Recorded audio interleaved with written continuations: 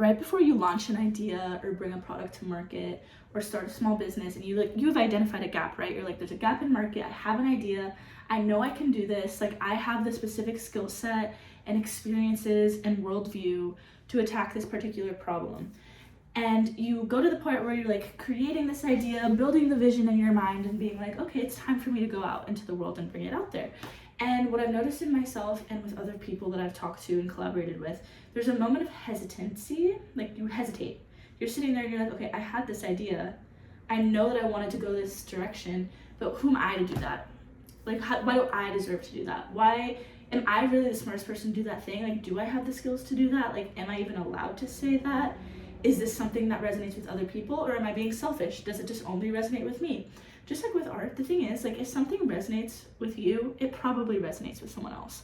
That's why the power of storytelling, social media, and any creative endeavor of like communicating a message is so powerful, and why it helps culture move forward so intensely, because it's people that have insight on something based on their own personal experiences.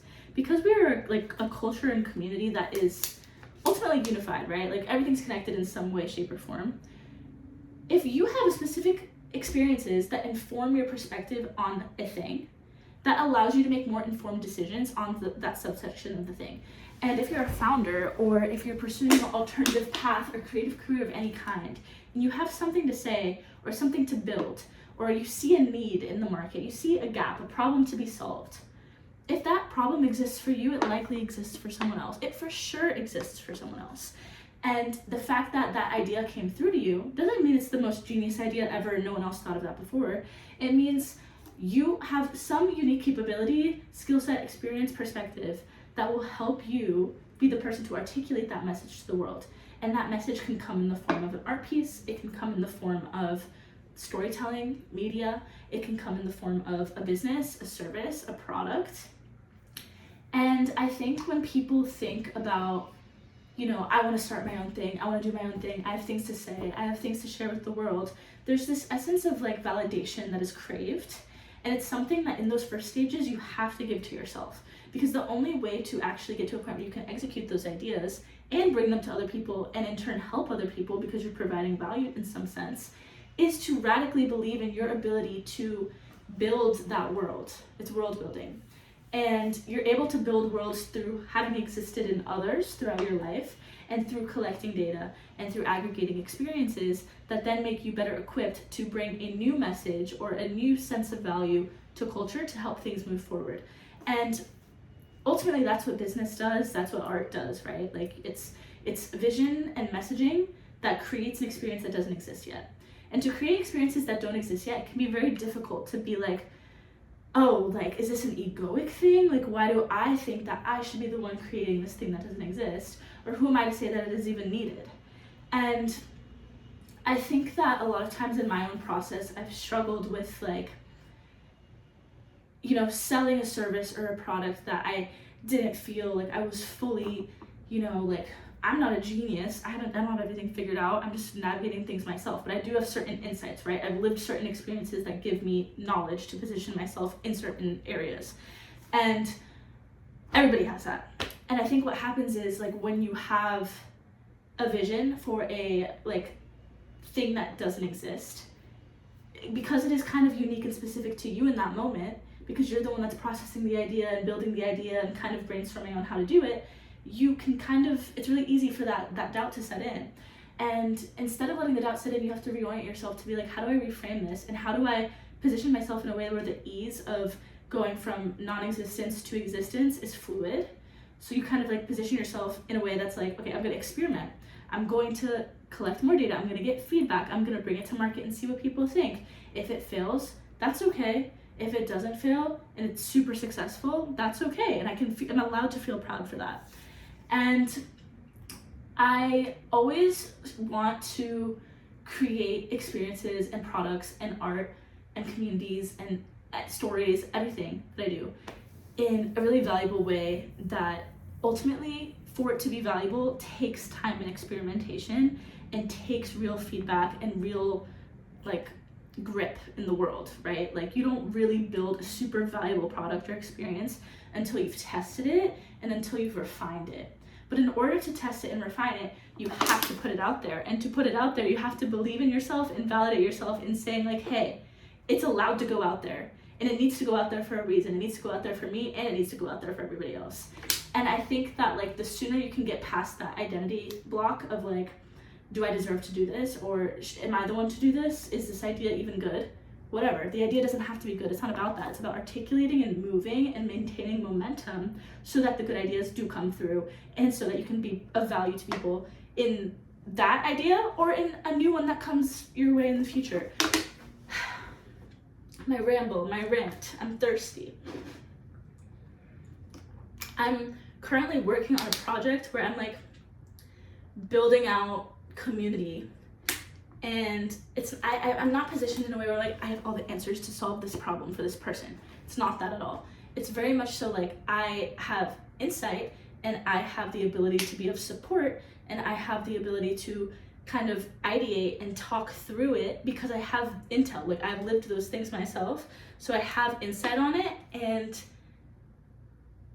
all you can really do is be a friend along the way. Like everything in life is like that. And I just really think that I feel my best when I allow myself to show up confidently to the work I'm doing, even when I know it's not to the utmost value yet. I know it's not perfect yet.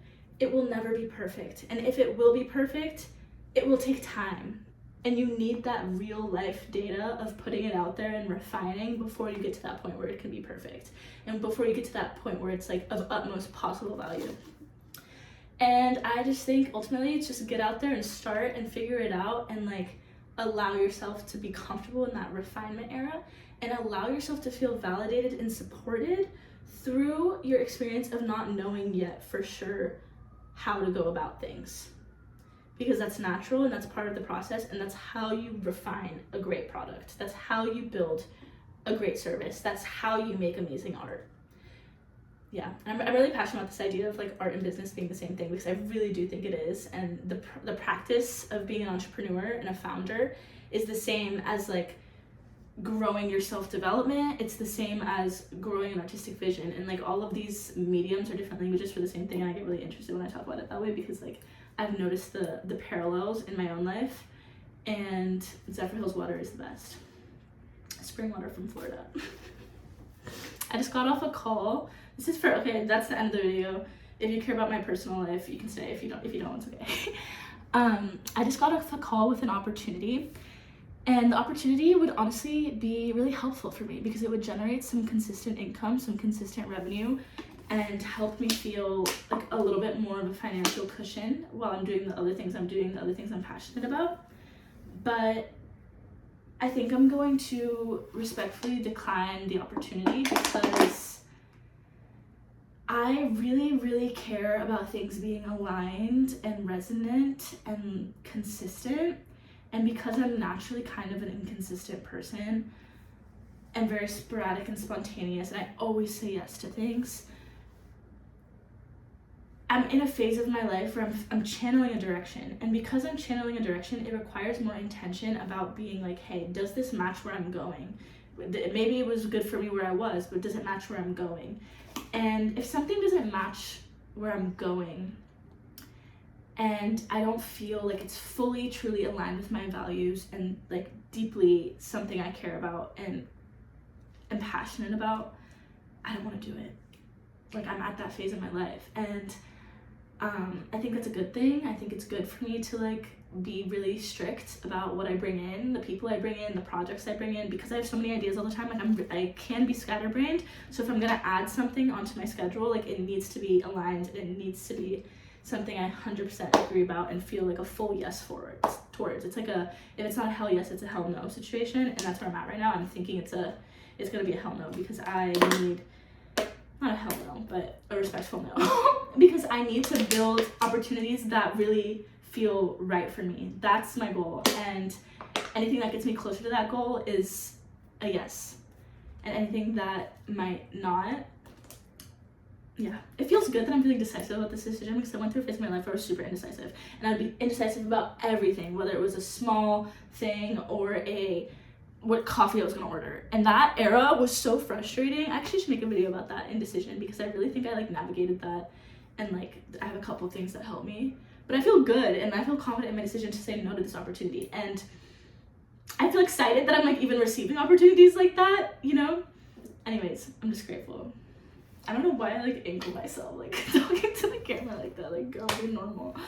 I think there's a glare. I love you guys. Thanks for listening. I always be kissing the camera, and then you can see my manicure that's not done. I'm gonna start community experiences and like listing those as products. So maybe by the time this is posted, that's listed, and then you should check the link in my bio if that's of interest to you. And if not, then bye. Thanks for watching, and I love you very much.